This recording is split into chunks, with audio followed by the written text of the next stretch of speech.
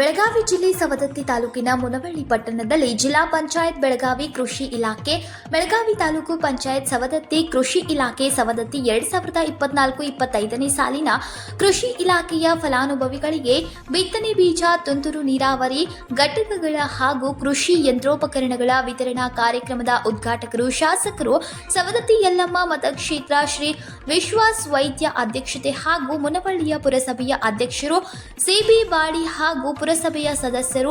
ಈ ಸಂದರ್ಭದಲ್ಲಿ ಊರಿನ ಹಿರಿಯರು, ಗಣ್ಯರು ಹಾಗೂ ರೈತರು ಉಪಸ್ಥಿತರಿದ್ದರು.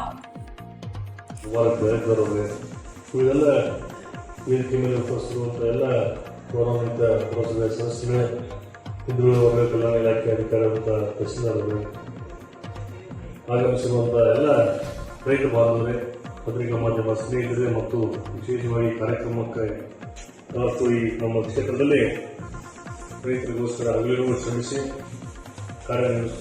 ನೀಡ್ತಾ ಇರುವಂಥ ಎಲ್ಲ ಸೌಲಭ್ಯಗಳನ್ನು ಬಹಳಷ್ಟು ಸವಿಸ್ತರವಾಗಿ ನಮ್ಮ ಜಂಟಿ ನಿರ್ದೇಶಕರಾದಂಥ ಪಾಟೀಲ್ ಅವರು ಬಹಳಷ್ಟು ಅಚ್ಚುಕಟ್ಟಾಗಿ ತಮ್ಮೆಲ್ಲರಿಗೂ ಮನವರಿಕೆ ಮಾಡಿರುವಂತ ಭಾವಿಸ್ತೀವಿ. ಘನ ಸರ್ಕಾರ ರೈತರಿಗೋಸ್ಕರ ಏನೇನೆಲ್ಲ ಸೌಲಭ್ಯಗಳನ್ನು ನೀಡ್ತಾ ಇದೆ. ಮುಂಗಾರು ಸಮಯದಲ್ಲಿ ತುಂತುರು, ಡ್ರಿಪ್ ಇರಿಗೇಷನ್ ಇವೆಲ್ಲವನ್ನ ಕೊಡ್ತಾ ಇದೆ.